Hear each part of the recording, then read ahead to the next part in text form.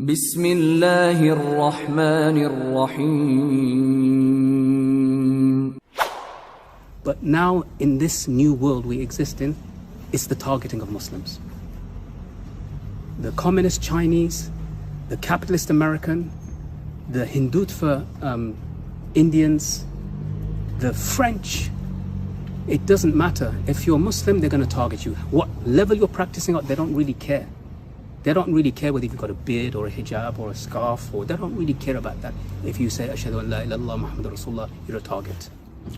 And there's been a normalization of Islamophobia.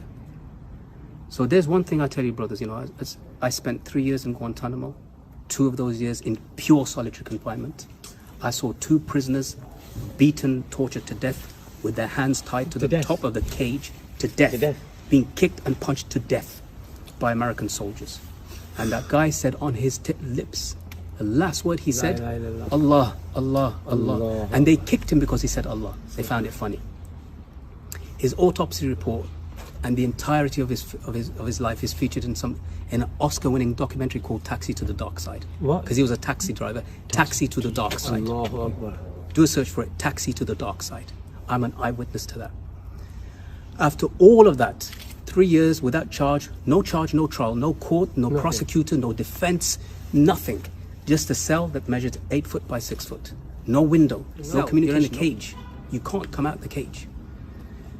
So what did Allah subhanahu wa ta'ala allow us to do in the midst of that? Learn the Quran. Reflect on its verses. Internalize them. Learn whatever you can from the small amount of books they give you. Write letters, write your thoughts. Prepare yourself for the outside world. And there's one thing I want to tell you guys, right? So you're facing off people who hate Muslims on the streets, mostly because they're ignorant. If you were to sit them down one-on-one, you'd easily break down their hatred. Easy. Because we did it with the American soldiers. And I can tell you, some of those American soldiers, I swear by Allah, in those cages said, Ashhadu an la ilaha illallah Muhammadur Rasulullah. And some of them have visited me in my home here.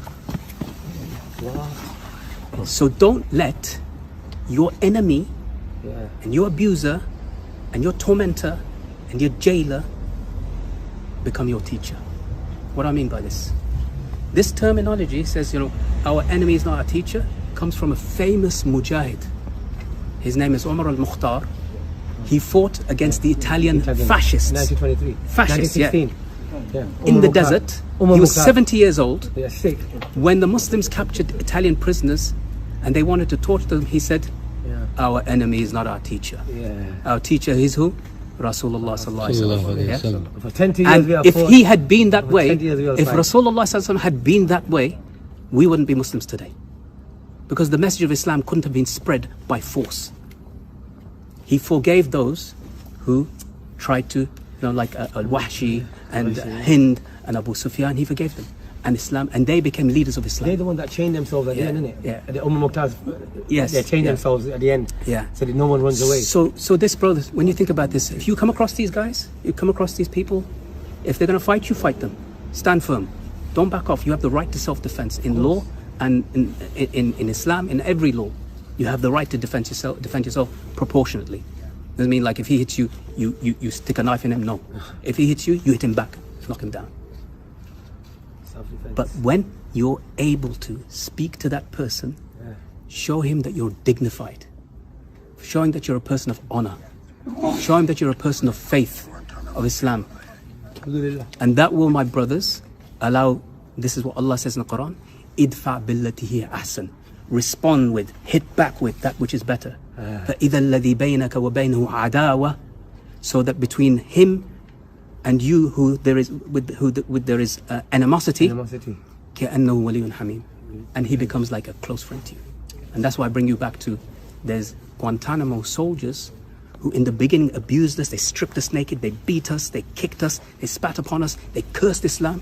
They cursed Islam. They tore the Quran and threw it into the toilet. Said, Ashhadu an la ilaha illallah Muhammadur Rasulullah. Imagine that. So that, my brothers, inshallah, is my message to you. We have to attack them very soon.